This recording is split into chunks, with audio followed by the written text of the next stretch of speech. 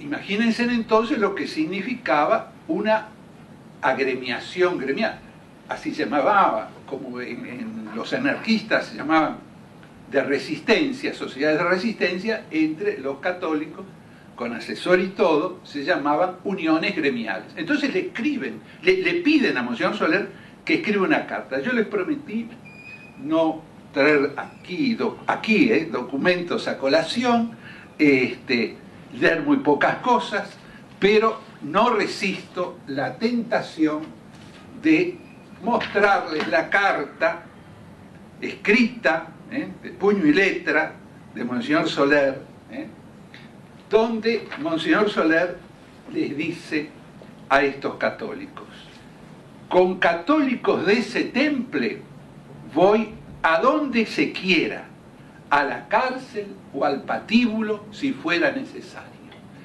Por eso me duele mucho que historiadores, de los que yo he aprendido mucho y al que los estimo mucho y que ya no viven, coloquen a Monseñor Soler entre las figuras conservadoras del Uruguay.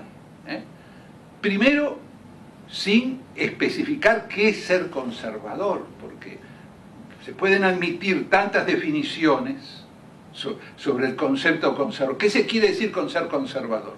Pero en definitiva, claramente, ahí se ubica en una posición hostil a los movimientos de reivindicación social, hostil a los cambios sociales. Y no solamente esta carta lo desmiente. Ustedes piensen que esta carta de apoyo está dada a un grupo que luchaba por las 8 horas, vuelvo a repetirlo, el descanso dominical, el derecho de huelga y el cambio de la sociedad, como inmediatamente ya terminando, voy a hacerlo. Y el cambio de la sociedad, el cambio radical de la sociedad. Y no es solo el apoyo que Monseñor Soler da a este grupo, sino sus ideas, su ideología, llamémosle en sentido amplio, ¿no? Pensemos que él escribe una pastoral sobre la cuestión social en 1895, a poco tiempo de escrita la de el Papa León XIII en el 91. Pensemos que a principios de siglo, legisladores, no voy a dar los nombres, legisladores que después van a ser vistos como muy progresistas, ¿no?, en el tiempo, se oponen al descanso dominical, y no por razones religiosas, quizás también estuviera en su subconsciente eso, pero sobre todo se oponen porque dice que eso supondría que el Estado interviniera en algo que, en un tema, en un terreno que es exclusivo de los trabajadores y los patronos.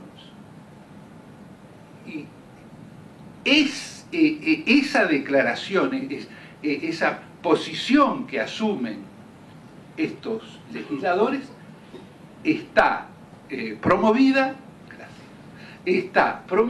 ¿por qué?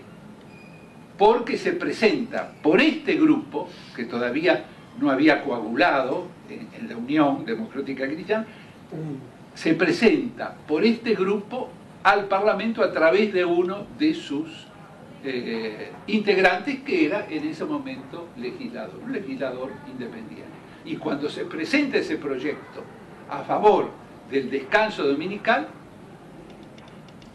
no se vota. Y no se vota por estas razones. Naturalmente, por ejemplo, que Monseñor Soler se va a oponer al comunismo, pero por ejemplo también se oponen los anarquistas, y por eso se puede decir que los anarquistas son retardatarios, son conservadores. Realmente causa sorpresa, ¿no? Y yo creo que eso solo es obra de los reflejos condicionados, para llamarlo de alguna manera, que cierta historiografía tiene en relación a lo que es todo el mundo cristiano, la Iglesia, el mundo católico. Hay una gran resistencia que se proyecta que se proyecta en el tiempo, que continúa. No voy a hacer una lectura idealizada de la presencia de estos cristianos tan activos. Digo activos porque incluso, y es un error en algunas publicaciones oficiales de la Iglesia, lo he visto, que se aluda a la fundación de la Caja Obrera como propiciada por las Tres Uniones. No, la Caja Obrera fue muy anterior, es de 1905 y es propiciada por este movimiento, y se inscribe, como muy bien lo ha dicho Monseñor, en ese gran movimiento que eran las cajas populares, y que eran todas las cajas agrícolas, etc. Debo decir que cuando estas cajas populares se convierten en bancos, un gran economista de la época, ustedes piensan que yo tengo 75 años, ¿no? Un gran economista de la época, fervoroso católico y hombre vinculado a las altas finanzas, el contador Zaffaroni, advierte sobre los peligros de que las cajas populares, que diríamos así, se extendieron por todo el Uruguay, se conviertan en bancos. La historia le dio la razón.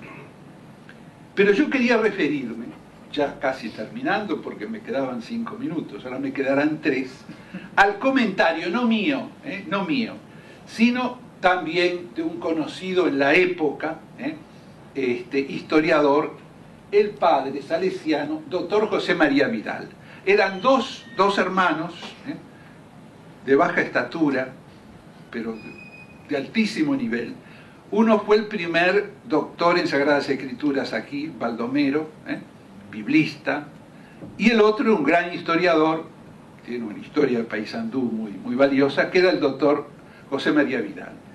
Y refiriéndose justamente a la carta, esto es del año 35, ¿no?